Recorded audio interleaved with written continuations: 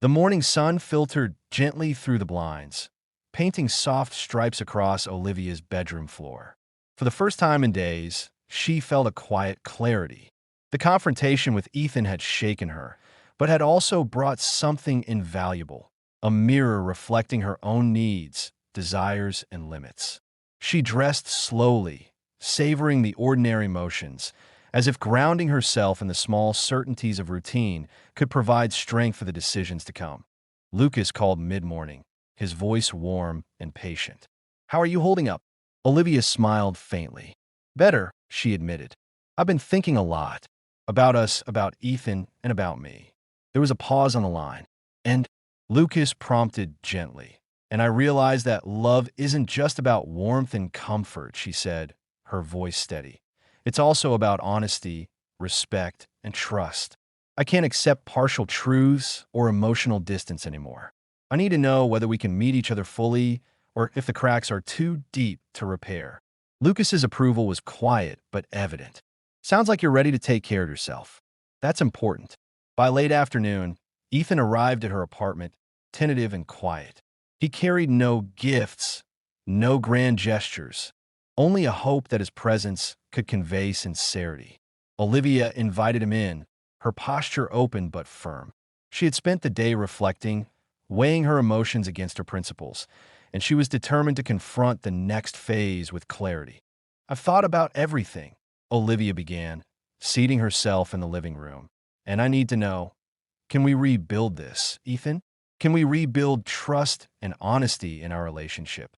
Ethan nodded slowly, a mixture of relief and apprehension in his eyes. "Yes, Olivia. I'll do whatever it takes. I don't want to lose you." Olivia studied him carefully. His words were genuine, but she knew actions were what would ultimately define the truth. "Then it won't be easy," she said. "We'll have to rebuild boundaries, communicate openly, and face discomfort when it comes. If we do this, it has to be real. No hiding, no half-truths." "I understand," Ethan replied, his voice steady. "I'm ready for that. I'll earn your trust back every day if I have to." They sat together in silence, a fragile but hopeful pause. Olivia felt the weight of recent days. The fear, suspicion, and doubt begin to lift slightly. She realized that the fracture had not ended their story. It had only tested its foundation. What mattered now was their willingness to confront challenges together, to acknowledge imperfection, and to rebuild with intention. That evening, Olivia went for a solitary walk through the quiet streets of her neighborhood. The city seemed softer now, less indifferent, as if acknowledging her resolve. She reflected on the patterns that had led to the distance between her and Ethan. The unspoken fears, the small evasions, the subtle moments of neglect, and she vowed to remain vigilant, ensuring that openness and honesty remained central to their relationship. Returning home, she found Ethan waiting in the living room, a cup of tea in his hands. They shared it quietly, the conversation minimal but meaningful. Each word, each glance, seemed charged with a renewed commitment to understanding and respect. Olivia realized that love, while comforting, was not a sanctuary from effort or self-awareness. It was built through patience, honesty, and courage. Over the following days, Olivia and Ethan began small rituals to restore connection. They shared candid conversations about their fears, aspirations, and boundaries. Olivia noticed how Ethan's attention to honesty and transparency gradually eased the tension that had once shadowed their relationship. There were still moments of doubt, still reflections of the past, but they approached each one together, recognizing that rebuilding trust required both presence and patience. One evening, as they prepared dinner together, Olivia paused and looked at Ethan. "I can see the effort you're putting in," she said softly, "and I want to try to move forward, not just as we were, but as something stronger than before." Ethan smiled, a mix of relief and quiet gratitude. "I'll make sure we do." Every day, as they ate, the city outside glimmered in the soft light of dusk.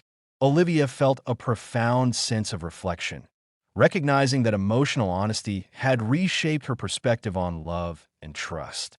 She understood that no relationship could thrive on assumption or avoidance, and that the courage to confront discomfort was as vital as the warmth and intimacy that initially drew them together.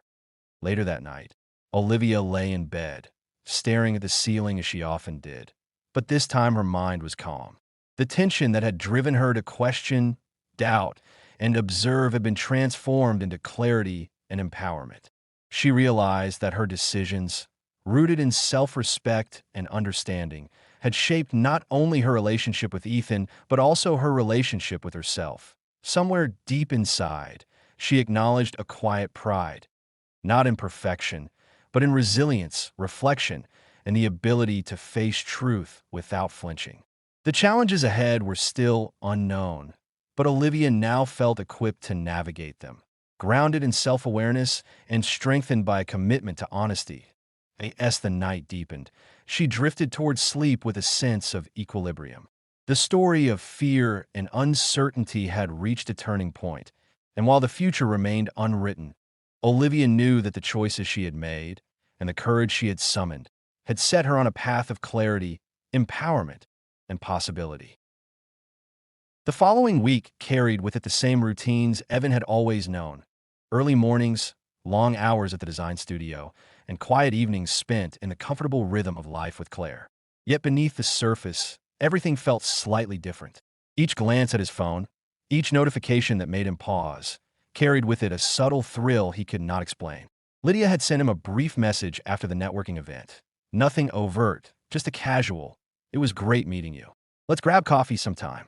Evan stared at the screen longer than necessary. Feeling a strange mix of guilt and anticipation, he tried to push the thought aside during work. The studio hummed with the low chatter of colleagues and the steady click of keyboards. Evan immersed himself in a new project, designing a campaign for a local art museum, but his focus faltered. Every brushstroke and line he drafted seemed mechanical, lacking the spark it usually carried. He caught himself replaying Lydia's words and the curve of her smile over and over. The curiosity, innocent at first, was growing into something more insistent, almost demanding attention. Claire noticed the subtle change immediately. That evening, as she prepared dinner, she glanced at Evan and noticed his distant stare. "You're still thinking about work?" she said lightly, though her voice carried a trace of concern. Evan shook his head, offering a smile that didn't quite reach his eyes. "Just a long day," he replied, stirring his pasta absent-mindedly.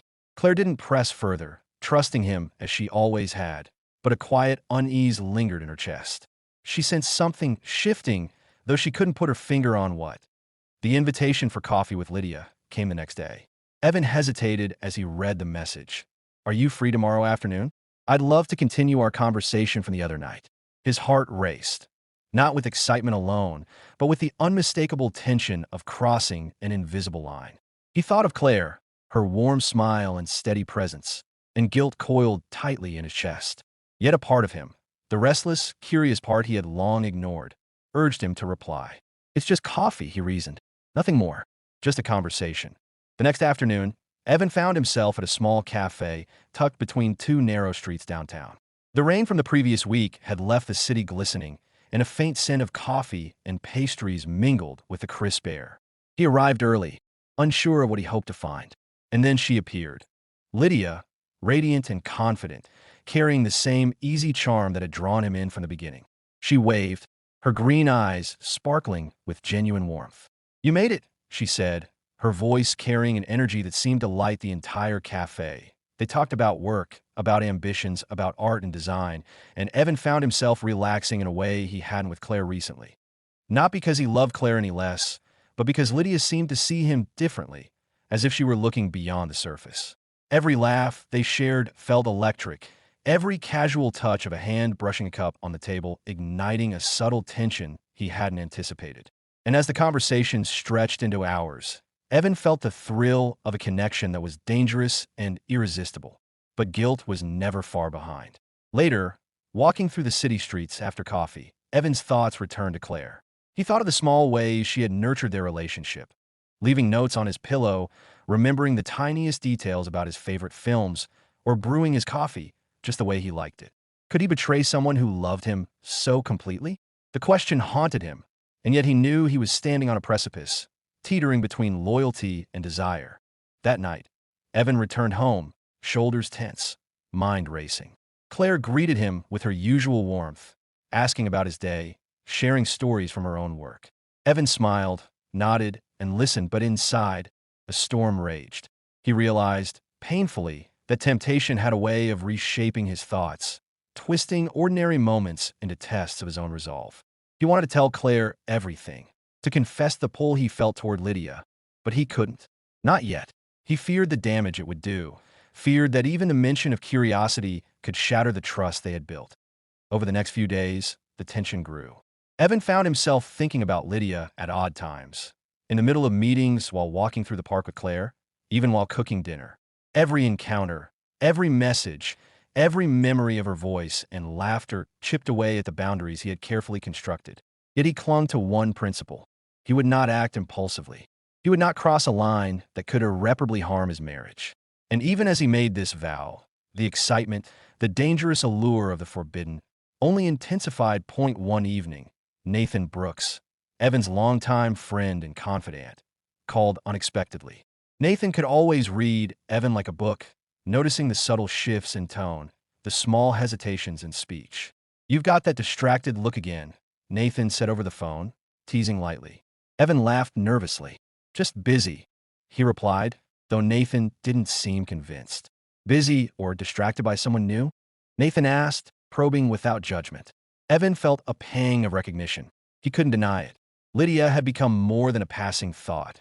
She was a presence in his mind that demanded acknowledgement. Evan's internal struggle reached a quiet climax one Friday evening. Claire had gone to visit a friend for a few hours, leaving him alone with his thoughts. He poured himself a drink, stared at the ceiling, and tried to reconcile the feelings that had begun to dominate his mind. Desire, curiosity, guilt, and love all mingled in a confusing storm. He realized that temptation was no longer a fleeting moment. It was a test of his character, one he hadn't yet decided how to face. By the time Claire returned, Evan had made a decision of sorts. He would meet Lydia again, but cautiously, carefully, and only in the daylight of innocence. He promised himself it was harmless, a conversation without consequence. But deep down, he knew that once the door to temptation opened, the path forward would be uncertain, and the life he had built with Claire could no longer be taken for granted. As they shared a quiet evening together, Evan glanced at Claire, sleeping peacefully across the couch, unaware of the storm brewing in his heart. And as the city lights shimmered through the window, he understood a truth he could no longer ignore. The most dangerous battles were not fought in boardrooms or streets, but in the quiet corridors of the human heart. And in that understanding, a new chapter of his story was beginning. A chapter that would test loyalty, challenge desire, and force Evan to confront the consequences of crossing the invisible line he had so far resisted. The following days felt unnaturally calm, as if the world around Ethan Cole and Lily Morgan was holding its breath. Their routines continued. Coffee in the morning, quiet dinners at night, but the warmth that once filled the apartment had thinned into careful politeness. Ethan tried to believe things were stabilizing, yet a persistent instinct told him they were simply delaying something inevitable. Lily moved through her days distracted, carrying a quiet heaviness that followed her everywhere. Her conversations with Noah Reed had become less frequent, but more meaningful, each message layered with uncertainty. She no longer felt excitement alone. Guilt sat beside it, reminding her of the life waiting for her at home. Every time Ethan smiled at her or asked how her day went, the guilt deepened. One evening, Ethan suggested they go out for dinner, a small attempt to reconnect. Lily agreed, hoping the change of scenery might reset the balance between them. The restaurant was warm and softly lit, filled with quiet conversations and clinking glasses. For a while, they talked easily about familiar memories, old trips, early dates, jokes that once came naturally. Ethan watched her carefully, hopeful as he saw her laugh without hesitation. "You seem lighter tonight," he said gently. Lily hesitated before answering. "I'm trying." The honesty in her tone caught him off guard. He reached across the table and squeezed her hand. "We'll figure whatever this is out," he said.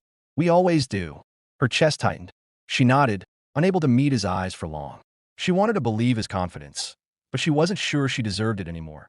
Later that night, as they walked home under the soft glow of streetlights, Ethan felt a fragile sense of relief. Maybe they were finding their way back to each other. He told himself not to overthink the past few weeks. Relationships had difficult phases, This could still be one they survived. But when they reached the apartment, Lily's phone buzzed. She glanced at the screen reflexively, her expression shifting for a brief second before she silenced it. Ethan noticed, and the relief he had felt moments earlier faded. "Everything okay?" he asked quietly. "Yeah," Lily replied too quickly. "Just a message." He nodded but said nothing more. The silence that followed felt heavier than any argument. As the night grew later, Lily sat alone in the living room while Ethan showered. She opened the message from Noah. "I don't want to be a secret. You need to decide what you want." The word struck her harder than she expected. She stared at the screen, realizing that the balance she had been maintaining was beginning to collapse. She couldn't continue pretending nothing had changed. Someone would get hurt, maybe everyone involved. Ethan returned, toweling his hair, and paused when he saw her expression. "You sure you're okay?" he asked again, his voice softer this time. Lily forced a small smile. "Just tired." He accepted the answer, but doubt settled quietly behind his eyes. The next day, Ethan left work early, hoping to surprise Lily with flowers and takeout from her favorite restaurant. He imagined them sitting together, laughing the way they used to, rediscovering the comfort that had once come so easily. When he reached the apartment, though it was empty, he set the food down and waited, telling himself she was simply running late. Minutes stretched into an hour. Eventually, his phone buzzed with a message from Lily, saying she was meeting someone about a project and would be home later. Ethan stared at the words. Something about them felt rehearsed. He wanted to trust her, but the uncertainty had grown too large to ignore. Meanwhile, Lily sat across from Noah in a quiet cafe, tension evident between them. Noah watched her carefully. "You look exhausted," he said. "I am," she admitted. "I don't know what I'm doing anymore." "No one's forcing you to choose," he replied, though his tone suggested otherwise. "But you can't keep living in between." Lily looked down at her hands. She thought about Ethan waiting at home, about the years they had built together, about the kindness he still showed despite sensing her distance. She also thought about how alive she felt when talking to Noah, how easy everything seemed before guilt complicated it. "I don't want to hurt anyone," she whispered. Noah sighed softly. Sometimes not deciding hurts more. When Lily returned home late that evening, Ethan was sitting on the couch, the untouched dinner beside him. The flowers he had bought rested on the table, slightly wilted. He looked up, trying to keep his expression calm. "You were gone a long time," he said. "I told you I had a meeting," she replied, avoiding his gaze. Ethan nodded slowly. "Lily, I feel like I'm losing you, and I don't even know why." Her breath caught. She wanted to confess everything, to explain the confusion, the loneliness, the mistakes she hadn't fully allowed herself to admit. But fear held her back, fear of breaking the fragile peace that still existed. "I don't know what to say," she whispered. Ethan stood, frustration finally cracking through his calm exterior. "Just tell me the truth. Whatever it is, I'd rather hear it than keep guessing." The room fell silent. Lily's heart pounded as she looked at him, torn between honesty and the desire to postpone the inevitable a little longer. "I need time," she said softly. Ethan's shoulders dropped, disappointment washing over him. He nodded once, as if accepting an answer he never wanted. That night, they went to bed facing opposite directions, the distance between them feeling wider than the space on the mattress. Ethan stared into the darkness, realizing he could no longer ignore the sense that something fundamental had changed. Lily lay awake, her mind crowded with choices she couldn't avoid much longer. Outside, the city moved on as always, indifferent to the quiet unraveling inside their apartment. And in the stillness of the room, both of them understood that the next conversation would change everything, though neither was ready to begin it yet.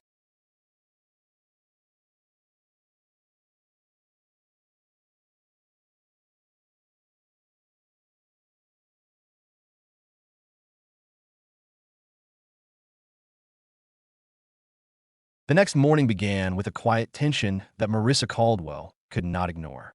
Sunlight slipped through the apartment windows, but the warmth it carried did little to ease the heaviness in the room. Ethan Caldwell stood at the kitchen counter preparing coffee while scrolling through his phone. His expression was distant, the same distracted look Marissa had noticed so often in recent weeks. She sat at the table, watching him silently for a moment. "Ethan," she said finally as he looked up briefly. "Yeah. Can we talk?" Ethan paused, setting his phone down slowly. "Sure." Marissa folded her hands together, trying to find the right words. "When was the last time we actually talked about us?" Ethan frowned slightly. "What do you mean?" "I mean, really talked," she said. Not about bills or schedules or work. Ethan leaned against the counter, clearly unsure where the conversation was heading. I thought things were fine, he replied. Marissa exhaled softly. That's the problem, she said. You think everything is fine. Ethan crossed his arms. Where is this coming from? Marissa hesitated before answering. She didn't want to turn the moment into an argument, but she also couldn't ignore the truth she had been carrying. We barely spend time together anymore, she said. You're always working late. When you are home, we barely speak. Ethan shrugged lightly. It's just a busy period at work. Marissa looked at him carefully. Is it? The question hung in the air. For a brief second, Ethan's expression shifted, almost like he had been caught off guard. But the moment passed quickly. Of course it is, he said. Marissa nodded slowly, though she wasn't sure she believed him. Silence filled the kitchen again. Ethan grabbed his jacket from the chair. I'm already running late, he said. We can talk about this tonight.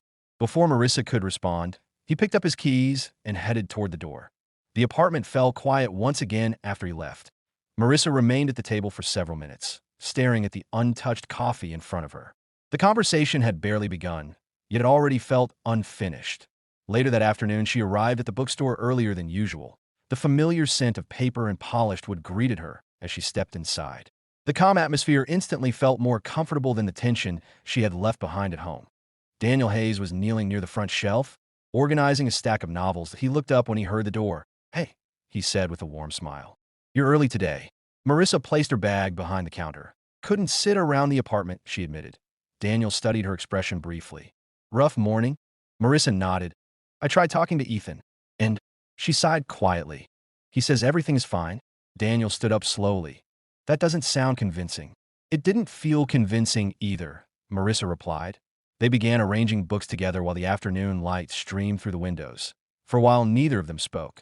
Finally, Daniel said, sometimes people avoid the truth because facing it would force them to change something. Marissa glanced at him. You think that's what's happening? Daniel shrugged gently. I think only Ethan can answer that.